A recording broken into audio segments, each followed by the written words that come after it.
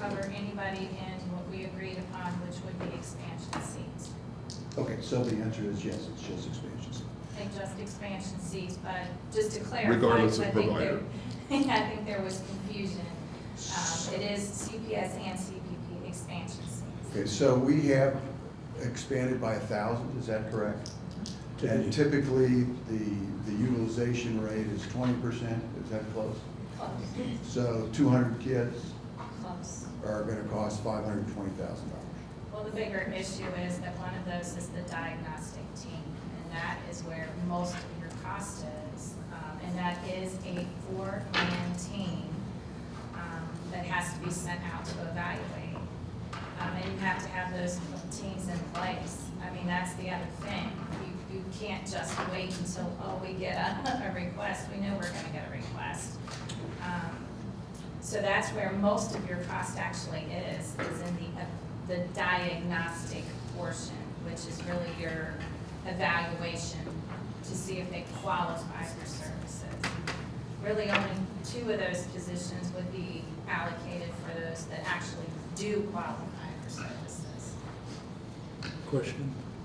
Sally, one question, one comment. The question, this budget looks like it adds up to 13 million. Where's the other 2 million? Is that a reserve?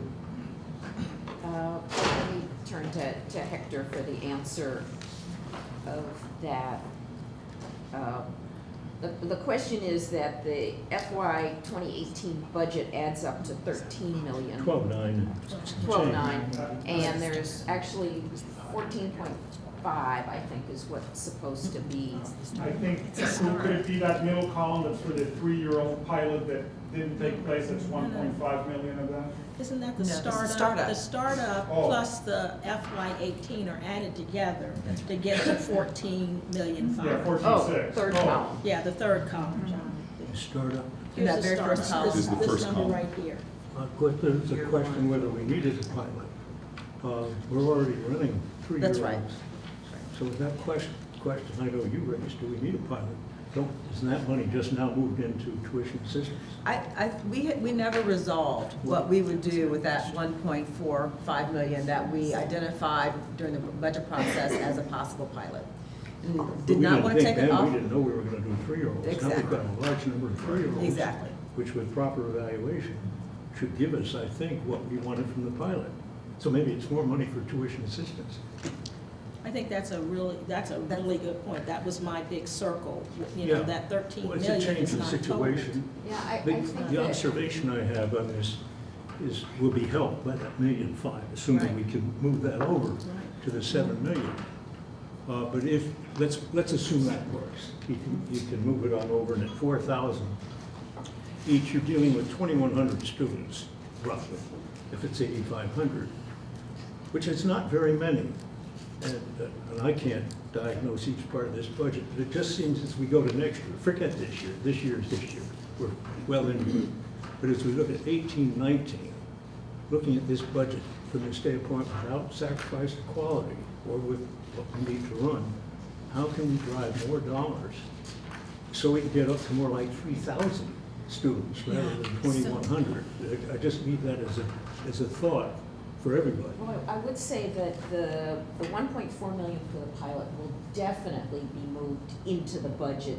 It's just, that decision hasn't been made yet, but it's not gonna hang there Right. for long. We need a recommendation from the finance committee as to where it goes. Yeah, and we haven't really You addressed put in that tuition yet. assistance, wouldn't you?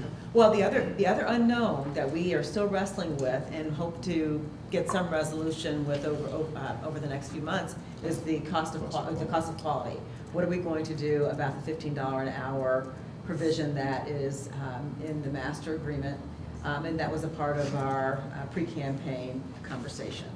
And whether or not we automatically put it there or earmark it and spend against it, I think is a recommendation that the cost of quality committee is going to have to make based on an understanding of what the size of the problem is. Well, I leave my thoughts on this. This is putting less than half of our money in our total budget. As this, it won't be that. When you put 1,500 and it'd be 85, be a little more than half. That's not enough, in my opinion. The other- And I know it's easy for me to say that. because these other parts of the budget need to be tendered to, but I just hope we take as an objective how we can drive as much as we can to get more kids in quality slots is why we did this. That certainly would be all our bias around the table, John, I think. So, but thank you for reminding us of that. Yeah. Sally, anything else or any other questions for Sally or Hector? Sorry. I have one question. I know we discussed it in the committee meeting, but I think the public needs to know as well how many children in community provider centers or home base are being serviced with special education We talked about services. that, is getting a report on that. You're getting a And report. to add to what Terry's saying, we did pass a resolution in the finance committee that said that within the next 45 days. 45 days. 30 to 45. There would be a plan on the table about data and reporting and to let us know what the services are and who is receiving them from these special education funds. No more question. Thank you. So it's gonna be 500 Yeah. plus. So you have that money and you're using it, so that's solved. So, but the placeholder is 800, so that means we're gonna have at least $250,000 to move out of there? Or you anticipate somehow that you may use the 800? That was what we discussed in finance, that any additions though would have to be backed by data or reports that show need. So we've held it out, but certainly it would be only, we would ask only for more if the data proved that we need. So that placeholder money will stay there until what month? I think that's something for us to And you- determine. Yeah, I can't predict for you on that, but I think that's probably a good thing for us to discuss. Because to your point, we don't want to just have money left on the table that could be reallocated and spent, in my opinion, on kids moved into some kind of tuition. But it seemed to me, this- according to the school year, there's gotta be a month that you say, Yeah. we're not gonna use additional money in April and May, the last 2 months of school or 3 months of school. You're right, I probably couldn't comment specifically on that Okay. today. I don't want to be held to an No, actual. no, no, Why- no. why- but why don't To we- your point, I would agree. Why don't we remand that question to the finance committee? Yeah, I Because think that's so. something, as you guys Yeah. grapple with the data and have that in front of you, you'll be able to make an think so. informed choice Until we on know that. what the data. Exactly, Yeah. no, yeah, Yeah. yeah, we don't know what we don't know at this point. So Debbie, it looked like you had a Yeah, question. I have a point. I think a lot of time has been spent on this, and when the partnership team was created, they have been grappling with really, really tough issues, and this work comes out of that partnership team. I would like for this to move forward in a very quick way because of the thoughtfulness But- and the care. Tell me what you mean by this. I'd like The this to- Sally's report, because a lot of time was spent at finance the other day on this, and a lot of time has been spent at the partnership team, really kind of working through some of this. The issue of the data, that may be finance, but it's also partnership team to help work through those real meaty issues. And I think that's the confidence that we've invested in that team, the partnership team. So Let's quit talking about let's this. quit talking about it and make the motion. And my key comfort is that the 880 is a placeholder. We're not talking about revising the budget, but, you know, that stays as a placeholder if needed. Right. But I think in line with John is saying, as I look at the budget, I'm constantly looking where money can be shifted That's right. to put more kids in school. That's the only concern. And to make sure that we have money for the last 6 months of year 5. That's right. I will always come back to that. Yeah. Good, thank you. And I would also add that, so much of the thinking about this came out of Denver's experience, and it took them a number of years to really gear up to fully using their dollars, and we thought we were gonna be different, and I think we're not so different. And the first year, we are not gonna hit those targets, and there's gonna be a lot of money to apply to future years for the growth and the other things we want to do. So I'm not worried that children are not gonna be served this year. Every child who comes through the door who's eligible, I believe, we will be able to serve regardless of whether we have placeholders or carryover or something here, because it's taking us a while to gear up. But we have to have a good narrative to match this to the public. You have money left over, you don't have enough, you've got to have a good narrative. Because that's what we know with the interview I did with the Inquirer, they were looking to try to drive a little wedge, they were looking to see where we were having problems, and until there are any problem with family. The cost of quality project has already been referenced, and so Tim, why don't you update us as to where we are on that important work? And important it is, the cost of quality definition thereof is critical to the success because it has to incent providers to participate in the program. And defining the cost of quality gets complicated. Are you talking about incremental costs? Are you talking about a fully loaded cost? Because those can vary wildly. Further complicating is the master agreement provision relative to $15 an hour. Many of the providers, and Terry, jump in if you see a reason, think that $15 an hour is, first of all, who does that apply to? What is an instructor? Because there are different levels. And then what impact will that have on the rest of their organization? If you move preschool, 3 and 4 year olds to $15 an hour, what do you do with the people teaching in the next room who are teaching toddlers? When I asked one provider, well, if you had to sign an agreement that said you'll pay your instructors $15 an hour to participate in this program, what would you do? And she said, I couldn't participate. So we have to be careful that our policies don't drive down capacity. So anyway, what we've decided would be a prudent course of action is to survey the current marketplace and to see what the cost structures are both in large organizations like CPS as well as sole providers, and try to then align their costs with quality performance as best we can, and then try to figure out what path can we pursue to establish a reasonable cost per student going forward, being cognizant of the $15 an hour requirement that is today in the master agreement. We've talked some about a pilot program where we might take a 2-star provider and see how we could transition them to a $15 or to a market rate, again, to comply with the master agreement, to assess what the costs, what the complexities of something like that might be. Stephanie, you want to add anything about a potential contract? Today, the staff is working with UC's Economic Center, NKU's Economic Center, and Xavier to try to formulate exactly what the survey effort would look like. We would hope to have this turned around by the end of this or beginning of next year so that we could start to make some meaningful recommendations for fiscal 19. One other project that Stephanie and the staff are going to take on is to try to form a benchmarking network with existing providers around the country. As Sally points out, others have been through this before. For us to try to make this up as we go, do it on our own, would be a terrible waste of effort, and we should learn from the other communities that have been there doing it. So, not a very definitive update, but this is, as you described, Michael, very important work and has an enormous bearing on how many kids are served over the next 4.5 years. This is a question out of my own ignorance. Sally, you referenced Denver. They're kind of like the program that they're the place that we look to as having really done work that's most similar to what we're doing. Was this an aspect of their work, a $15?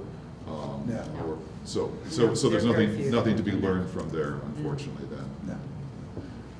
Any other questions for Tim? Yeah. I just have a statement. I think looking at the cost of living in our area, looking at the qualifications for the teachers and defining what that really is supposed to look like, and then also looking at the streams of income that the particular individual centers have. Also with the quality improvement, I see that you have a business ethics portion built into that. I don't think that that should stop with just the quality improvement centers. I think that there should be something that is in place for all of the community centers. Because I don't think that a lot of centers understand that they can have different streams of income that does not just come from the state. You know, how to set up banking relationships so that they can have a line of credit, trying to get them to that point so that they can supplant that. So that they can go and pay their infant toddler teachers what they're paying their preschool teachers. You know, so that the center is cohesive. So you're not having a division within the center. So I think that, you know, making sure that quality is existing is holistic, is just not being right there in preschool, but is making sure that the center is able to survive. Help them run a strong business. It's a business, exactly. It's one of the Even things. if it's a type A or type B. One of the things that I noted, just about, in our last meeting or in advance of that, was that a shift in terms of the quality improvement coaching was bringing in somebody who could help on the business side of the operation. And so it's to scale up the business expertise of providers, which I think is a very good move in exactly this way. Debbie? I'm fine. Okay. One only other thing I would point out is cost goes far beyond just salary. If you believe Rand's numbers, salary is only 49% of the cost of a three-star program. So it can get, especially when you start to build in capacities or lack thereof, it can become very complicated. And I can assure you that whatever the final answer is, it won't be the right answer for everybody because one size won't necessarily fit all. That's what I guess. Thank you, Tim. Sally, Stephanie leaned over and drew a circle around approval. So I skipped over a motion that you need to bring forward for approval of the special education dollars that we will actually spend from those set aside. Do I have that correct? Yes, that we wanted to authorize the expenditure of up to $530,000 for special education services. I hear that as a motion that you're making. That is a motion, I'm making that motion. And Debbie seems to be seconding it. Good, thank you. Is there any further discussion on that? Is it 530 or 533? Up to 530 was what I just heard. Up to 530. Okay. Is it possible to say something at this point? With respect to this vote? Yeah. Yes. I was moved by some of what John was saying earlier. I was going to reserve some of this for my comments. We have $15 million for children and workers and centers. And right now that pie is getting snatched up by lots of things, and lots of them are necessary. One of the things I'd love to see this preschool promise move toward is that 15 million is all going to seats for preschoolers, making sure there's quality, which I think means there's quality pay, and that small single provider centers have what they need to succeed and thrive. We have a broader ecosystem than these $15 million. With all due respect, CPS has a broader ecosystem in terms of support, funding, resources. United Way is one of the largest United Ways in the country. There are resources going to lots of programs in this community that are not as strategic as this one. There's lots of corporate resources in this community.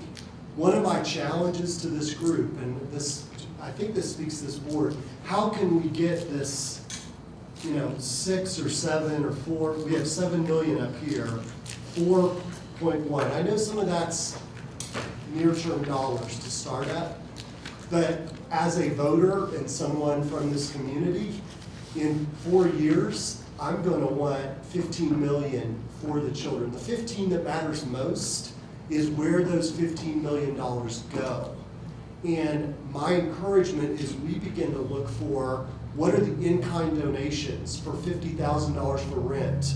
What can, in terms of how much this benefits CPS, what can CPS bring to the table to offset some of the costs? What can corporate Cincinnati, which donated generously over, what, 1.5 million to pass this thing, what's the ongoing commitment to provide some wraparound dollars for the infrastructure and administration and some of the other needs that we have? So that's the thing I want to say. It's not to say this shouldn't be passed for this year. I would love to see it though. What kind of agreements can we have where we're not fighting over the 15 million? We're not having a scarcity mentality. We have an abundance mentality of all the resources in this community for what many of us believe is the most strategic initiative we have passed in Cincinnati in a generation to confront poverty and opportunity and racial equity in the city. So that's my encouragement, and I will not speak later. I just want to say that now. I really, from time to time, Troy, around this table, one of the things we've discussed is really how far $15 million does not go. Right, And the absolutely. need therefore, against a whole variety of fixed costs, Yeah. to be very aggressive about other kinds of fundraising Right. that can help underwrite these various costs that you identify and we all know. And so I cannot help but think that as we organizationally have the bandwidth to sort of lift up our eyes from the stuff on the ground that now has to be done, that the challenge you place in front of us is absolutely the challenge, and so that it's something that I look forward to being a part of, kind of the work plan for year 2. How is it we begin to identify and secure other dollars so as to be able to make sure we can continually move as many dollars as possible. I like your triad there. To that, because that's what impacts the results for kids. Thank you. Thank you. Yeah. For sure. So back to the question. Let me call for a vote on the authorizing the expenditure of up to $530,000. Motion made by Sally and seconded by Deborah. All those in favor? Aye. Those opposed? Those abstaining? So I'll let the minutes show that on a motion Sally made and Debbie seconded that the board unanimously approved authorizing the expenditure of up to $530,000 for the special education needs of the program. That brings us to John's update with respect to community engagement. We had our first meeting about 10 days ago with Mary. It was a good meeting. We have a good committee. Very engaged. We reviewed, Mary did with us, the activity that's been done since, really going all back to the beginning in terms of outreach. It's been significant. I believe it certainly has played a major role in getting over 1,000 at this point. Denver in its first year reached 500, so this is a good beginning. That's good. A lot of strategic elements to it, 1,700 preschool books given to pediatricians, outreach efforts to the WIC office, rec centers, laundromats, libraries, family reunion days, community centers, all very good. In terms of coming out of the meeting, looking forward, we're going to meet monthly. At least that's the way we'll begin. We concluded we need a couple of new board members, committee members, one importantly Hispanic, who can help us examine how we're doing and how we can reach out to that community. Person has been identified who will do that. We may need one or two more. We don't want to get too big. Second, we talked strategic partnerships going forward. And a lot more thought will be given to that at our next meeting. We're looking for partnerships that are strategic in terms of scope, partnerships where a mom would go for other support, not just for this, and that are sustaining, knowing we'll be at this for 5-10 years. In that connection, one very positive thing coming up is with the Museum Center. November 4th, a very low admission charge will be made for children to the Children's Museum, and a team will be there. Mary will be there with the team but we're looking at religious organizations, community organizations, more thought on that.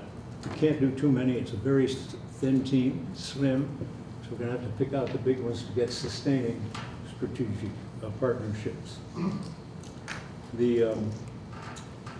We were very taken in the emphasis brought to what Florence has done. Was just a ringing part of our meeting. Florence Malone, and we would not be there. We heard from her earlier, and without her work, it was made clear to us we would not have these numbers. And it was strongly felt by Vanessa and by Mary that we should supplement that work in a very efficient way. And there's a proposal being looked at that will be brought to the Finance Committee. I know Stephanie's already seen it, that would envisage employing parents with some form of compensation on a neighborhood basis to be able to reach out to drive enrollment. So that's something we as a committee endorse.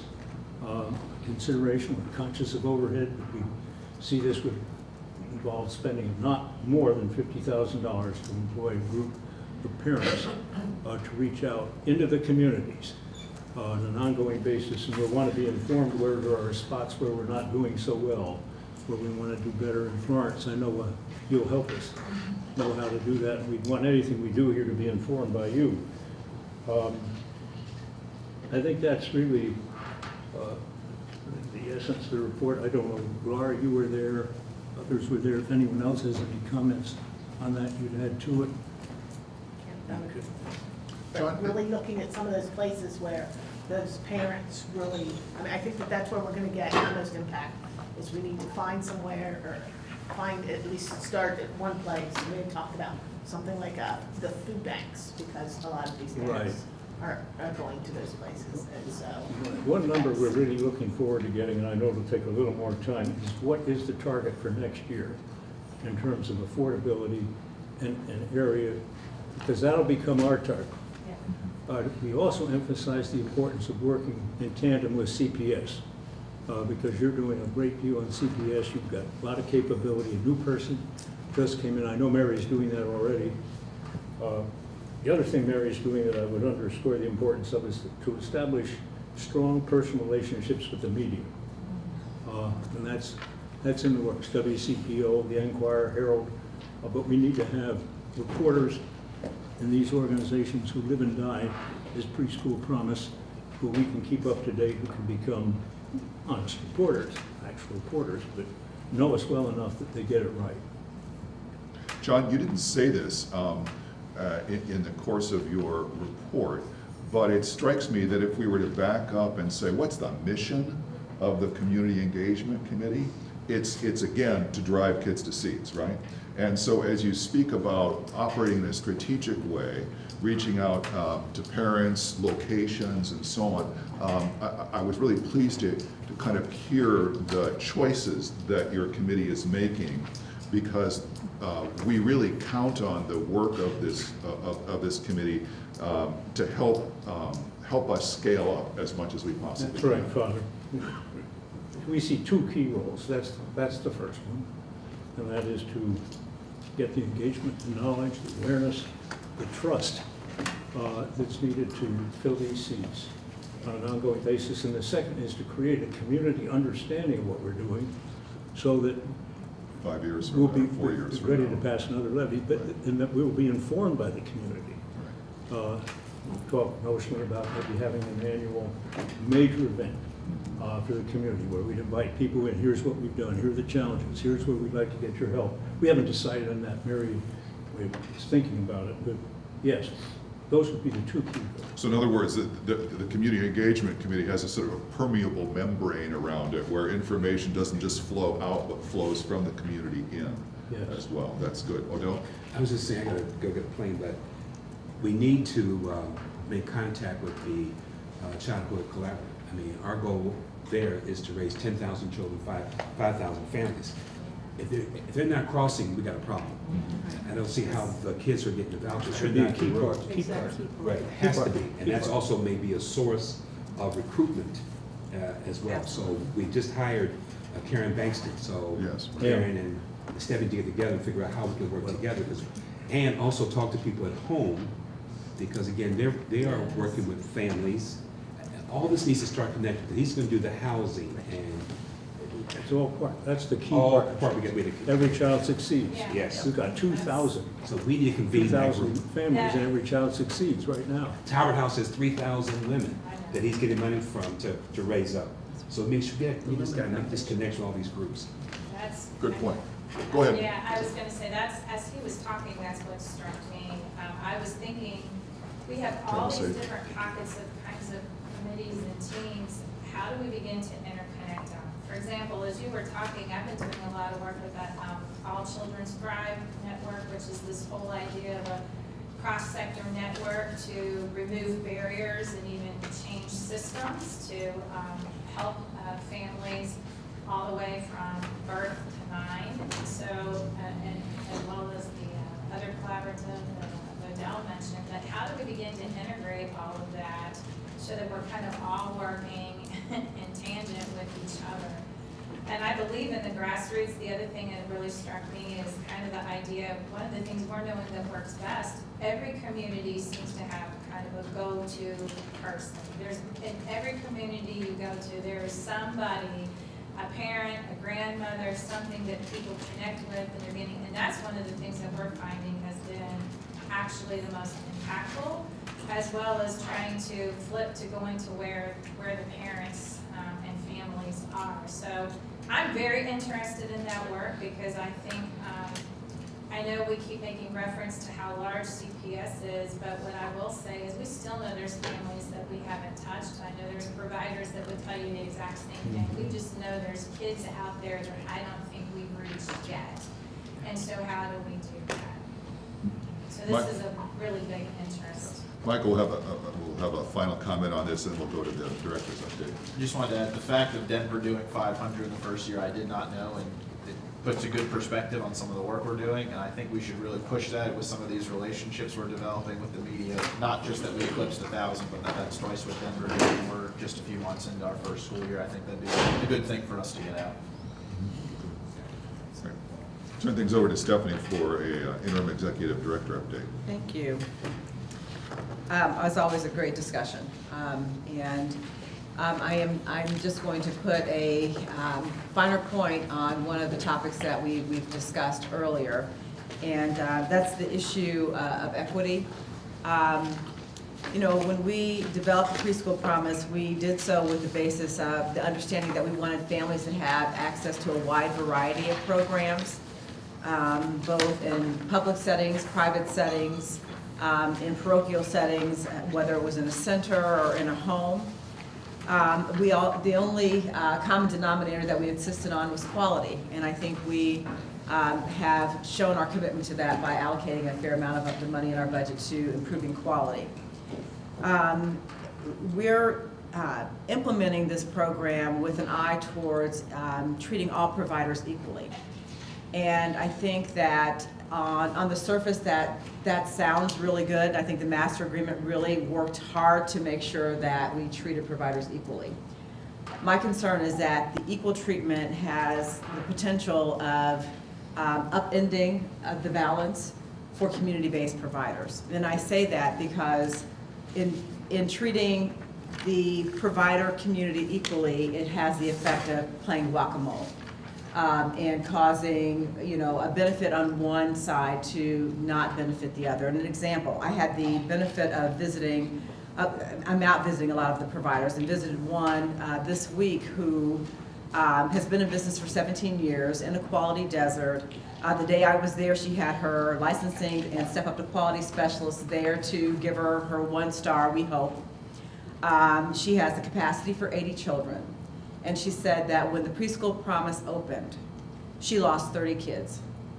And the intent that we have, obviously, is that we want the preschool promise to provide opportunity. But she lost them to the district. And that is no a slam on the district. The district also needs to grow, because we have 9,000 children in this community who can benefit from preschool. 7,000 that we know meet our target demographic. And so we have to really think about how we develop our relationship with these providers in a way that doesn't do harm. If we go back to the Hippocratic Oath, we cannot do harm in what we're trying to do. And yet, in a very innocent and positive thing that happened in our community, we caused one provider to lose a classroom and some in children. And the revenue that she was counting on for those children being in seats was to be used to help her to get to the next level of quality. And so we have the unintended consequences that we have to be mindful of. And I say that because we have to think about equity and not just equality in how we are implementing the preschool promise, because we don't have a level playing field in all aspects of it. And I know Sally has had a lot of questions and concerns. I've had conversations with you about it. I don't know if you want to elaborate on it at this point. Yes, Sally and I have also talked about this issue. Please, why don't you share a bit with the group? Yeah, what Stephanie is talking about concerns me greatly. And I think at all of our meetings and all of the committee meetings, we talk about different kinds of things that are potentially putting the community providers at a disadvantage. And I think that if we don't remedy the disadvantages, that we will look up in 2 or 3 years and find that we have less high-quality childcare in the community for children of working families. And rather than, as Stephanie talks about, the whack-a-mole or addressing this one here and this one here and this one here, I think we need a concerted effort to identify all of those things in one place and to begin thinking about ways to remedy the problems.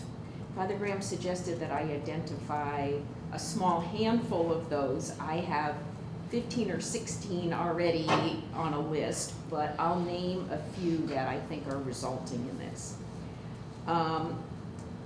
One is, and you know, this is without weight for them. I'm going to talk about publicly funded childcare. So the community programs are required under our system to qualify or disqualify an individual family for publicly funded childcare before that child is eligible for the preschool promise dollars. Cincinnati Public Schools we are not requiring the same thing. It's a hassle. They have to re-qualify on a regular basis. It requires paperwork and all sorts of things. And CPS has said it's too expensive for them to do this. And I just want to say, if it's too expensive for CPS to do it, it's too expensive for the community providers to do it, and we may need to look at compensation accordingly. That's an example of a requirement we put on one. If I'm a parent and I can just do the regular admissions thing at CPS, it's a lot easier than having to go to Terry Center and have to go through that kind of process.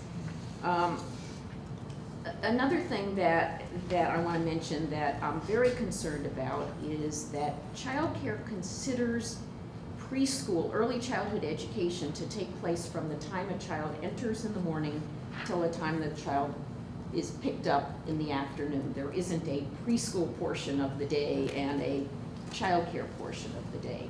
The other thing is that high quality early learning goes on in the summer. Our community has put a lot of focus on summer slide.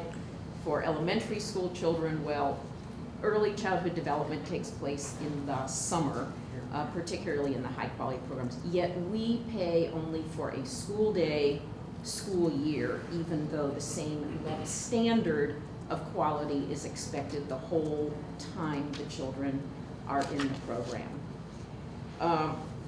So those are a couple of examples. With the special education that we just talked about, the community programs are not as familiar with the process for qualifying children for special education services or even getting through the process. We've learned that here, that very often a community program doesn't know all the ins and outs to have a child qualified. Well, that's still the case, but CPS is moving forward with accepting referrals for children before we've had a chance to really strongly educate the community providers about what the system is and how to work through the system. And I have some concerns in this case that the resources we've allocated may be disproportionately used for children who are attending CPS. We don't know that because we don't have the data in the systems yet, but those are the kinds of things that CPS had all of its systems in place and was out the door well before the community providers had a chance to gear up. Those are some examples, and I think we need to hear from the providers. We've heard a lot from Pastor Tate and from Terry England about hear about the experiences they have. There are a lot more providers who can inform the list and then a systematic approach to prevent us looking up one day and having a provider close who's working on quality, to have a high-quality provider not get the high-quality rating because CPS has been able to expand and hire the teachers away, and they no longer have a qualifying teacher. There's a long list of things, and I'm very worried unless we address this now. Could I have a word? Could I have a word? Sure. I don't observe her. I just want to say I think I'm a little disheartened right now. I have made a commitment on behalf of this district and myself that everything we would do would be within a partnership. And yet again and again, when I come, it seems that it's still an us and them. And I thought we had really moved past an us and them. When I listen to that, I hear an us and them. Cincinnati Public, this is not new. We have been doing preschool for over 50 years. I'm not going to apologize for doing it for over 50 years. We have served a purpose in this community. We have never meant to hurt any community providers. We have only meant to work in conjunction with community providers.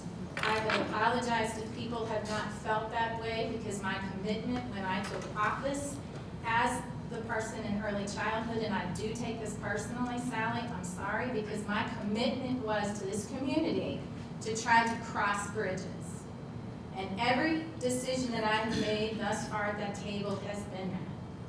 Yet ODJFS keeps coming up. We have not dealt with ODJF vouchers because it is true. When I investigated years ago, because I have 40-something sites, the manpower that it was going to take to hire administratives to do that work at 40-something sites from a central location was too costly for me. Since then, I have revisited looking at how can I incorporate vouchers, but it goes back to maintenance of effort. I'm also bringing in maintenance of effort that, quite frankly, some community providers couldn't do. I'm bringing title to the table, and I'm bringing ODE dollars to the table, over $4 million. I'm not opposed to investigating things, but I'm working within the funding streams that I have, and Cincinnati Public is bringing money to this effort, a joint effort.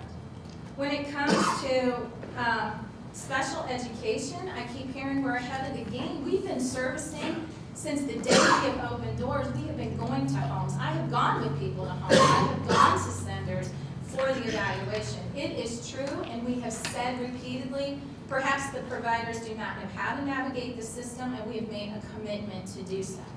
So all I'm going to ask is that if we are truly saying we are partners, then we should be treated as partners. It should not come out every time as an us and them. This is an us, and how do we us make sure there is no harm done to the very people in our communities that can service our children? Because you know what? I get 3,000 kindergartners a year. And my commitment is, no matter where those 3,000 children are that are coming to me, they come ready to learn so that they can exit third grade with a lifetime of options. So I'm very sorry, and I apologize if I come off a little upset because I am greatly agitated. So I am in this work together. I commit to being in this work together.